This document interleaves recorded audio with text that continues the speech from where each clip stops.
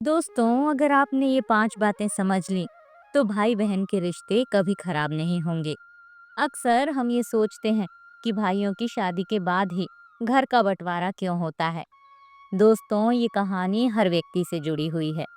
भगवान कृष्ण ने इस कहानी के माध्यम से रिश्तों की गहराई को समझाया है। यदि आप भी अपने भाई-बहन से बहुत प्यार करते हैं, तो इस कहानी को पूरा अवश्य सुनें।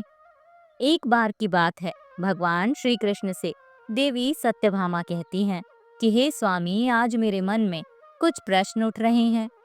कृपया मेरे इन प्रश्नों का उत्तर देकर मेरे मन की जिज्ञासा को शांत कीजिए। तब भगवान श्री कृष्ण कहते हैं कि हे देवी, आपके मन में जो भी प्रश्न उठ रहे हैं, उसे निसंकोच होकर पूछो। मेरा तुम्हारे हर प्रश्न का उत्तर देना पहला कर्तव्य है। फिर देवी कहती हैं कि हे स्वामी, शादी के बाद भाइयों को बहनें बुरी क्यों लगने लगती हैं? बहनें तो घर की रौनक होती हैं। हर घर का बंटवारा भाइयों की शादी के बाद ही क्यों होता है? तब श्री कृष्ण कहते हैं कि हे देवी, आज तुमने हर मनुष्य का कल्याण करने वाला बहुत ही अच्छा प्रश्न पूछा है। मैं तुम्हें इसका उत्तर एक छोटी सी कहानी के माध्यम से बताने वाला हूँ। इसलिए पूरे ध्यान से इस कहानी को अंत तक सुने। कृपया कहानी को अधूरा ना छोड़ें। फिर देवी कहती हैं कि स्वामी, मैं इस कहानी को पूरा जरूर सुनूंगी, क्योंकि मुझे आपके मुख से इस कहानी को सुनने का सौभाग्य प्राप्त हो रहा है। श्रोताओं फिर भगवान कहानी को सुनाना प्रारंभ करते हैं। श्रोताओं, बहुत समय पहले की बात है। एक गोपाल नाम का किसान था, जो अपनी पत्नी और 3 बेटों के साथ एक नदी के किनारे रहता था। गोपाल के तीनों बेटों की शादी हो चुकी थी और पूरा परिवार एक साथ सुख शांति से जीवन व्यतीत कर रहा था। एक दिन गोपाल की पत्नी ने अपने बेटों से कहा कि बेटा, यह जमीन और जंगल तुम्हारे पिता के कठिन परिश्रम का परिणाम है। जमीन की उपज और जंगल की लकड़ी बेचकर ही तुम्हारे पिता ने इतने सारे मवेशी खरीदे और इतना बड़ा घर बनाया, जिसमें हमारा सारा परिवार आराम से रह सकता है। श्रोताओं, उस समय गोपाल के तीनों बेटे एक टीले पर खड़े थे, जहां से धान के लहराते खेत दिखाई दे रहे थे। फसल कटाई के लिए तैयार थी और पके हुए धन की बालियां हवा में झूम रही थी। गोपाल, सबसे छोटा बेटा, जिसका नाम राम था, अपनी माँ से बोला कि माँ, आप सही कह रही हो। मुझे पिताजी के साथ सुबह सुबह खेतों में जाना बहुत अच्छा लगता है। आज भी मुझे वह दिन याद है। गोपाल का सबसे छोटा बेटा राम अपने पिता की तरह खेती में रुचि रखता था। उसे खलिहान में काम करना बहुत पसंद था। राम को कड़ी मेहनत करनी पड़ती थी। उसे मजदूरों को संभालना, फसल की उपज को इकट्ठा करना और फिर उसके लिए सही खरीदार ढूंढना जैसे सभी कार्य करने पड़ते थे। गोपाल के 2 बड़े बेटे भी थे। सबसे बड़े बेटे का नाम आकाश था और उसने ज्योतिष का काम शुरू किया। फिर इस काम में उसे बहुत सफलता मिली और उसने काफी धन कमाया। दूसरे बेटे का नाम अनुज था, जिसने व्यापार में सफलता प्राप्त की और वह भी बहुत पैसे कमाने लगा। पूरे परिवार में खुशी का माहौल था और किसी को भी कोई कष्ट नहीं था। फिर एक दिन गोपाल बीमार हो गया और उसने अपनी पत्नी से कहा, मुझे लगता है कि मेरा समय आ गया है। मुझे एक वादा करो कि बच्चों के बीच कभी भी जमीन जायदाद का बंटवारा नहीं होगा। मैं चाहता हूँ कि हमारे तीनों बच्चे मिलजुल कर रहें और घर में कोई भी भेदभाव ना हो, क्योंकि जिस घर की एकता टूट जाती है, वह घर बिखर जाता है। फिर उसकी पत्नी ने वादा किया और गोपाल की मृत्यु हो गई।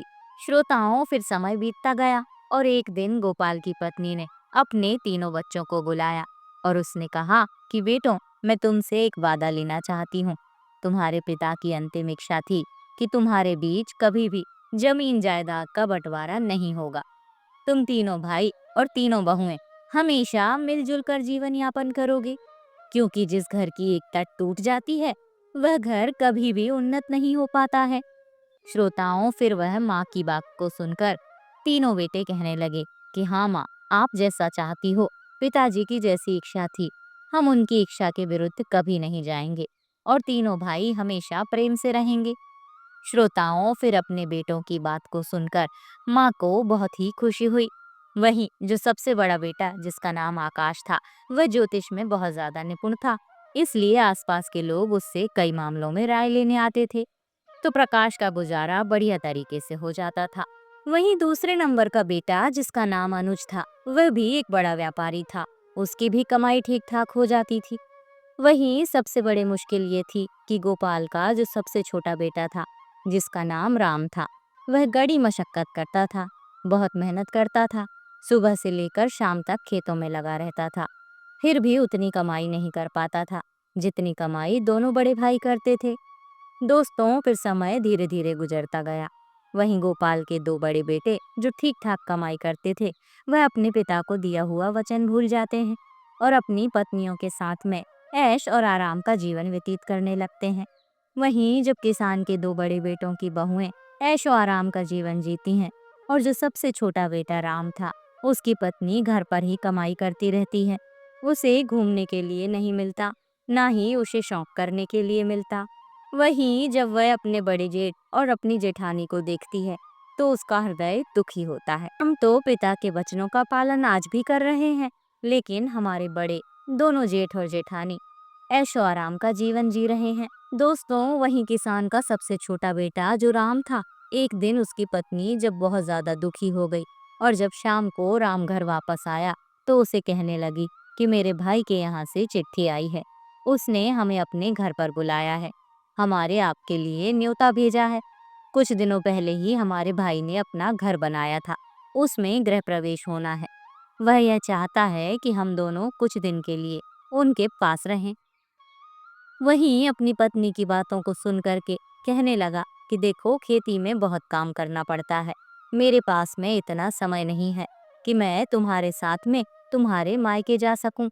यदि मैं तुम्हारे साथ तुम्हारे मायके चलूंगा तो खेती का काम खराब हो जाएगा, जिससे सब बर्बाद हो जाएगा। दोस्तों, फिर वह पत्नी तमतमाकर कहने लगी कि ठीक है, हम जीवन भर इसी घर में पड़े रहेंगे, हमारे मन की कोई इच्छा नहीं है।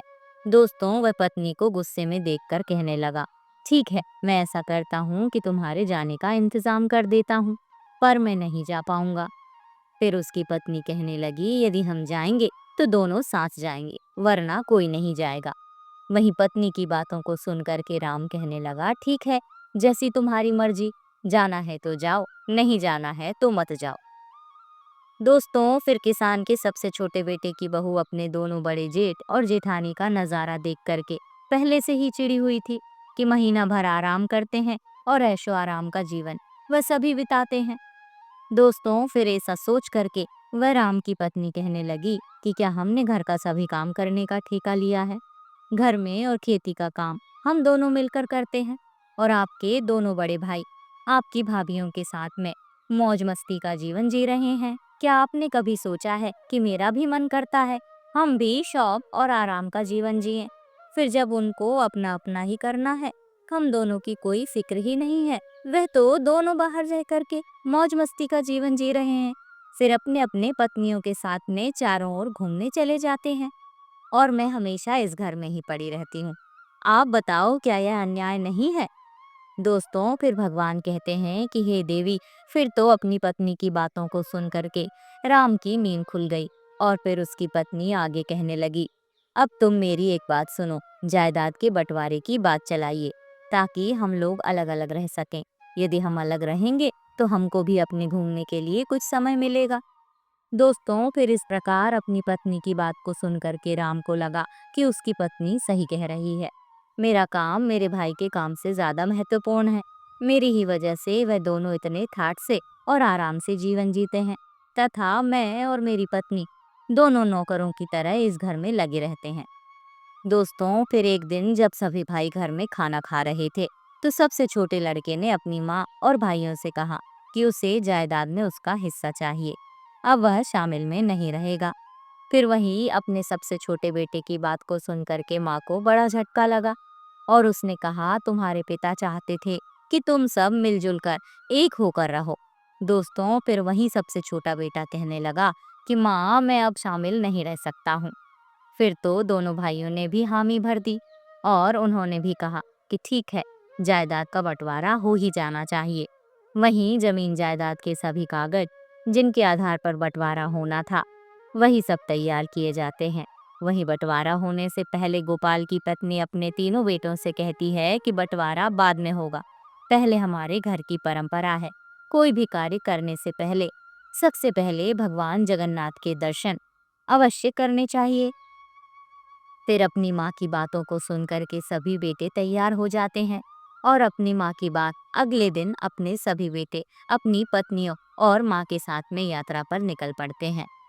दोस्तों, फिर मंदिर में दर्शन करने के बाद में जब सभी भाई वापस लौट रहे होते हैं तो उनकी माँ ने कहा, बच्चों मैं बहुत थक गई हूँ और मुझे बहुत तेज भूख लग रही है।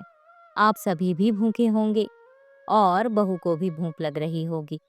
चलो एक काम करते हैं, किसी ठीक से स्थान पर बैठ करके कुछ खाना खा पी लेते हैं।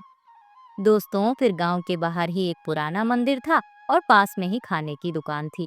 वहीं जब सभी परिवार खाना खाने की तैयारी करने में लगा तो माँ ने कहा, बेटा हम लोग खाना खाने के लिए तो जा रहे हैं, मगर रुपए की थैली जो थी वह तो मैं कहीं भूल आई हूँ, जिससे अब यहाँ से घर तक जाने के लिए हमें काफी पैसा चाहिए और यहाँ खाना खाने के लिए भी हमें पैसा चाहिए। यदि हमारे पास पैसा नहीं होगा तो ना तो हम घर पर पहुँच पाएंगे और ना ही हमारा पेट भर पाएगा।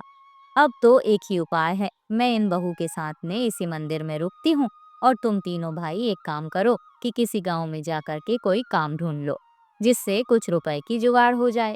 तीनों अलग अलग अपना काम करो, तुम जो भी कुछ काम कर लाओगे उन्हीं पैसों से हम कुछ खा पाएंगे और यहाँ से घर पहुँच जाएंगे।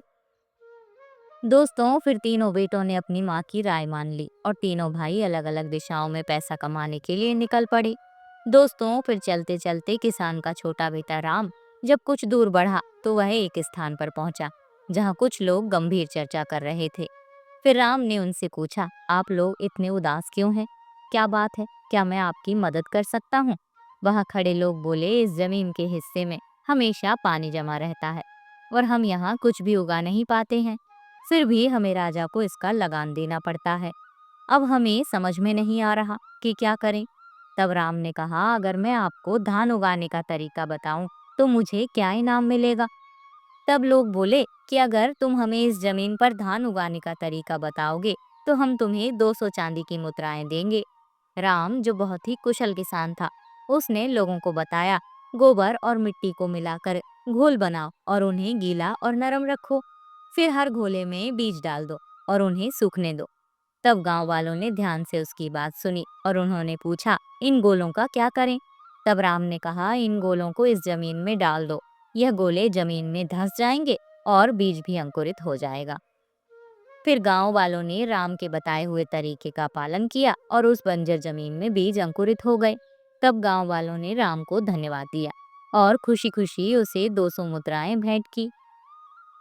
दोस्तों, फिर राम उन मुद्राओं के साथ अपनी माँ के पास इस मंदिर में लौट आया।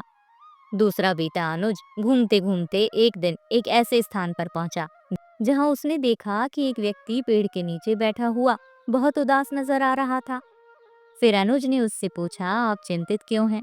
क्या मैं आपकी किसी तरह से मदद कर सकता हूँ? फिर वह व्यक्ति बोला, हम 4 भाई हैं, हमारे पिता के निधन से पहले उन्होंने अपनी सारी संपत्ति हम चारों में बांट दी थी, लेकिन एक काली बिल्ली थी जिसे बांटना बहुत मुश्किल था। हम सब ने तय किया कि बिल्ली हम सबके साथ रहेगी। फिर एक दिन उस बिल्ली की एक टांग टूट गई और मेरे हिस्से में आई थी। मैंने उसकी जख्मी तन पर तेल लगाकर पट्टी बांध दी। बिल्ली को आँच अच्छी लगती थी, इसलिए वह चूल्हे के पास सोने चली गई। जैसे ही वह सोई, चूल्हे से निकली एक चिंगारी उसके तेल लगे कपड़े पर गिर गई और आग लग गई। जब बिल्ली वहां से भागी तो आसपास के घरों में भी आग लग गई और सब कुछ जलकर राख हो गया।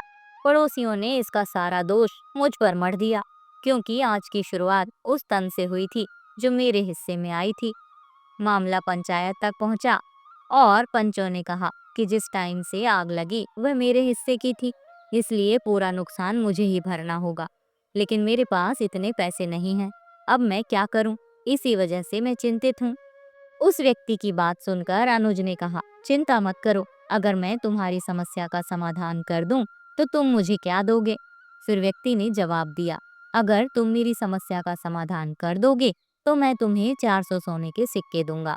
शर्त मानने के बाद अनुज ने कहा, ठीक है, तुम अपने पड़ोसियों और गांव के बुजुर्गों को बुलाओ, मैं शीघ्र ही आऊंगा। व्यक्ति ने गांव के सभी लोगों को बुला लिया। जब सब लोग इकट्ठा हो गए और हर किसी की बात सुनी गई, तब अनुज ने कहा, यह सच है कि सारा नुकसान बिल्ली ने किया है, और यह भी सही है कि उसकी जख्मी टांग पर तेल की पट्टी बंधी थी। यह भी सही है कि बिल्ली के भागने से घरों में आग लगी। लेकिन एक बात आपने नहीं सोची कि जख्मी टांग के साथ बिल्ली भाग ही नहीं सकती थी। टूटी हुई टांग किसी काम की नहीं थी। बिल्ली केवल अपनी 3 सही टांगों से भागी, जिससे चारों ओर आग लगी। अब आप ही बताइए, क्या दोष टूटे हुए टांग का है या सही टांगों का? फिर अनुज की इस बात से गांव वाले अचंभित हो गए और सभी ने सिर हिलाकर सम्मति जताई। अंत में फैसला हुआ कि सही 3 टांगों के मालिक को हर्जाना देना होगा। जख्मी टांग का मालिक बहुत खुश हुआ और वादे के अनुसार अनुज को 400 सोने की मुद्राएं भेंट की। फिर दूसरा बेटा भी 400 सोने के सिक्के लेकर अपनी माँ के पास मंदिर में लौट आया। दोस्तों, अब सबसे बड़ा बेटा, जिसका नाम आकाश था, वह भी कमाई के लिए निकला। फिर चलते चलते वह एक बड़े घर में पहुंच गया, जहां से रोने की आवाज आ रही थी। उस घर के बाहर एक पहरेदार भी खड़ा था। फिर आकाश सोचने लगा कि इतनी बड़ी हवेली में रहने वाला कोई क्यों रो रहा है। तब आकाश ने पहरेदार से पूछा, महोदय, इस घर से रोने की आवाज क्यों आ रही है? तब पहरेदार ने कहा, आप अंदर जाकर खुद पूछ सकते हैं। फिर मोहन घर के अंदर गया और पूछा, आप क्यों रो रहे हैं? क्या मैं आपकी कोई मदद कर सकता हूँ? रोने वाला व्यक्ति, जो एक मंत्री था, वह बोला, हमारे राजा ने मुझे हाथी का वजन पता करने को कहा है। अगर मैं ऐसा नहीं कर सका तो राजा मेरा सर कटवा देगा। फिर मंत्री के रोने की बात सुनकर आकाश ने कहा, चिंता मत करो, अगर मैं तुम्हारी मदद कर दूं तो मुझे क्या इनाम मिलेगा?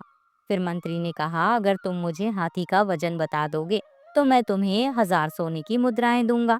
अब आकाश ने शर्त मान ली और मंत्री से कहा कि उस हाथी के पास ले चल। जब वे हाथी के पास पहुंचे तो आकाश ने कहा, हाथी को एक नदी के पास ले चलो जहां कई नाव हों। तब मंत्री ने ऐसा ही किया और आकाश ने नाव वाले से कहा कि हाथी को नाव में खड़ा करें। दोस्तों, जैसे ही हाथी नाव में खड़ा हुआ, नाव पानी में धंसने लगी, और जब नाव धंसना रुक गई तो आकाश ने कहा, जहां नाव रुकी है वहां निशान लगा दो और फिर हाथी को नाव से बाहर निकाल दो। दोस्तों, फिर निशान लगने के बाद हाथी को नाव से बाहर निकाल दिया गया और आकाश ने कहा, अब इस नाव में इतने पत्थर भर दो कि नाव उस निशान तक पहुंच जाए जहां पहले रुकी थी। दोस्तों, फिर पत्थर भरने के बाद जब नाव निशान तक पहुंच गई तो आकाश ने कहा, पत्थर डालना बंद करो और पत्थर निकाल लो। इन पत्थरों का वजन ही हाथी का वजन होगा। मंत्री ने फिर इस उपाय से हाथी का वजन पता कर लिया और आकाश को 1000 सोने की मुद्राएं दी। फिर वह भी मुद्राओं के साथ अपनी माँ के पास मंदिर लौट आया। फिर भगवान कहते हैं कि हे देवी, इस प्रकार सभी भाई जब धन कमा करके मंदिर में लौट आए तो सभी ने बड़े ही प्रेम से खाना खाया और दुकान वाले का इतना पैसा बना कि तीनों भाइयों ने जो पैसा कमाया था वह सारा उस खाने में चला गया। केवल उनके पास में उतना ही पैसा बचा जिसे वह खर्च करके अपने घर वापस आ सके। दोस्तों, जब किसान की पत्नी अपने बच्चों और बहू के साथ में घर वापस आई तो उसने रुपए वाली थैली एकदम से निकाल करके अपने बेटों के सामने रख दी और कहा कि मैंने जानबूझ करके इस थैली को छुपा लिया था ताकि मैं तुम्हें समझा सकूं कि एकता में कितनी शक्ति होती है। क्योंकि तुम तीनों भाइयों ने मिलकर के जो भी धन कमाया था, उस धन को इकट्ठा करके ही हम लोगों को खाना मिला और बचे हुए पैसों से हम अपने घर आ सके। यदि तीनों भाई मिलकर के एक जगह कमाई एकत्रित नहीं करते तो आज हम ना पेट भरकर खाना खा पाते और ना ही वापस घर पर आ पाते। इसलिए हमेशा ध्यान रखना, जब तक झाड़ू बंधी है तब तक उससे सफाई हो सकती है। जब उसकी सीख बिखर जाती है तो फिर झाड़ू किसी काम की नहीं रहती। इस प्रकार जब तक तुम तीनों के अंदर एकता का भाव रहेगा तब तक इस घर की उन्नति होती रहेगी, और जिस दिन बंटवारा हो गया उस दिन इस घर की उन्नति रुक जाएगी। इसलिए तुम्हारे पिताजी ने मरने से पहले मुझे वचन लिया था कि मैं तीनों बच्चों के अंदर कभी बंटवारा न होने दूंगी। दोस्तों, फिर भगवान कृष्ण कहते हैं कि हे देवी, आपने पूछा था कि शादी के बाद परिवार में भाइयों के बीच बंटवारा क्यों होता है, तो इसे ध्यान से समझने की जरूरत है। अक्सर लोग कहते हैं कि बंटवारा बहू के कारण होता है, लेकिन ऐसा जरूरी नहीं है। बंटवारे की नौबत तब आती है क्योंकि जब दो भाई ज्यादा कमाते हैं और एक भाई कम कमाता है। तो ज्यादा कमाने वाले भाई अपनी पत्नियों के साथ ऐशो आराम की जिंदगी जीने लगते हैं और कम कमाने वाले भाई की अहमियत नजरों में कम हो जाती है। कम कमाने वाले भाई की पत्नी यह सब देखती है कि दिन रात मेहनत करने के बावजूद भी उनका जीवन कठिन है, जबकि घर की जिम्मेदारी निभाते हुए भी उनके जेठ अपनी पत्नियों के साथ शानदार जीवन जी रहे हैं। यह स्थिति उसे बुरी लगती है और वह अपने पति से कहती है कि अगर हमें मेहनत करनी है तो अलग रहना बेहतर है, क्योंकि कम से कम जो काम आएंगे वह हमारा होगा और हम अपनी इच्छाओं के अनुसार जी सकेंगे। दोस्तों, यहीं से भाइयों के बीच दरार पड़ने लगती है और बंटवारा हो जाता है। भाइयों के बंटवारों को रोकने में माता पिता का महत्वपूर्ण योगदान होता है। यदि माता पिता अपने बच्चों में संस्कार डालें कि चाहे कोई कमाई ज्यादा या कम हो, सभी भाई अपनी अपनी कमाई एक जगह एकत्र करें और एक साथ बैठकर निर्णय लें कि क्या करना है और सभी बहुओं का समान अधिकार दें, तो बंटवारा नहीं होगा। यदि ऐसा होगा तो इस बुद्धिमान माँ के बच्चों की तरह घर में कभी बंटवारा नहीं होगा। दोस्तों, फिर भगवान कृष्ण कहते हैं कि हे देवी, शादी के बाद अक्सर भाइयों को बहनें बुरी क्यों लगने लगती हैं, तो इसे ध्यान से समझ लो। भाई बहन का रिश्ता दुनिया का सबसे अनोखा और प्यारा रिश्ता है। इस रिश्ते में तकरार है, लड़ाई झगड़ा है, तो भरपूर प्यार भी है। जहाँ बहन हमेशा भाई का साथ देती है, तो वहीं भाई भी हमेशा बहन की रक्षा करता है। दोनों को एक दूसरे की बहुत परवाह होती है। शादी से पहले तक तो भाई बहन के बीच में सब कुछ बहुत अच्छा रहता है, लेकिन शादी के बाद इस रिश्ते में दरार आ जाती है। कई बार यह मनमुटाव इतना बढ़ जाता है कि भाई या बहन जीवन भर एक दूसरे की शक्ल देखना भी पसंद नहीं करते। तो इसलिए समझ लो कि इन 5 काम से भाई बहन के रिश्ते हमेशा के लिए खराब हो जाते हैं। दोस्तों, चलिए जानते हैं कि कुछ ऐसी बातें जो शादी के बाद भाई बहन के रिश्ते को प्रभावित कर सकती हैं। नंबर 1, भाभी की नाराजगी। भाई की शादी के बाद आपको सिर्फ अपनी माँ और भाई का नहीं, बल्कि अपनी भाभी का भी पूरा सम्मान और प्यार करना चाहिए। अगर आप भाभी से कुछ गलत कहेंगे तो वह नाराज हो सकती है और यह नाराजगी भाई तक पहुंच जाएगी, जिसे भाई शायद खुलकर कुछ ना कहे, लेकिन वह आपसे दूरी जरूर बना सकते हैं।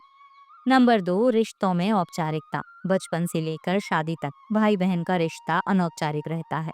वह लड़ते भी हैं, एक दूसरे का मजाक उड़ाते हैं और साथ ही रूठते भी हैं।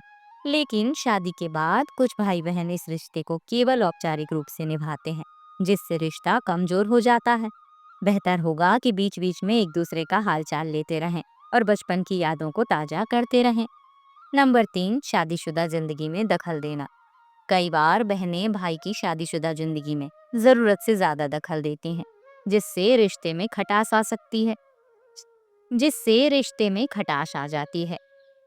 चाहे भाई बहन शादीशुदा हो या नहीं, बहन को भाई की निजी जिंदगी में दखल नहीं देना चाहिए। ऐसा करने से रिश्ते खराब हो जाते हैं। नंबर 4, ताना मारने की आदत। कई बार भाई बहन का रिश्ता इसलिए खराब हो जाता है क्योंकि बहनें हर समय भाई को ताने देती रहती हैं।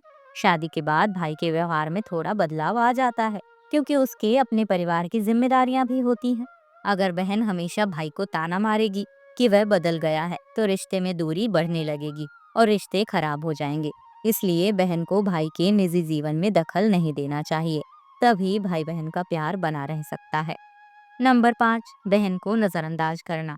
जिस तरह भाभी के साथ अच्छा व्यवहार करने से भाई का दिल जीत सकते हैं, वैसे ही बहन की अनदेखी करने से रिश्ते में दूरी आ सकती है।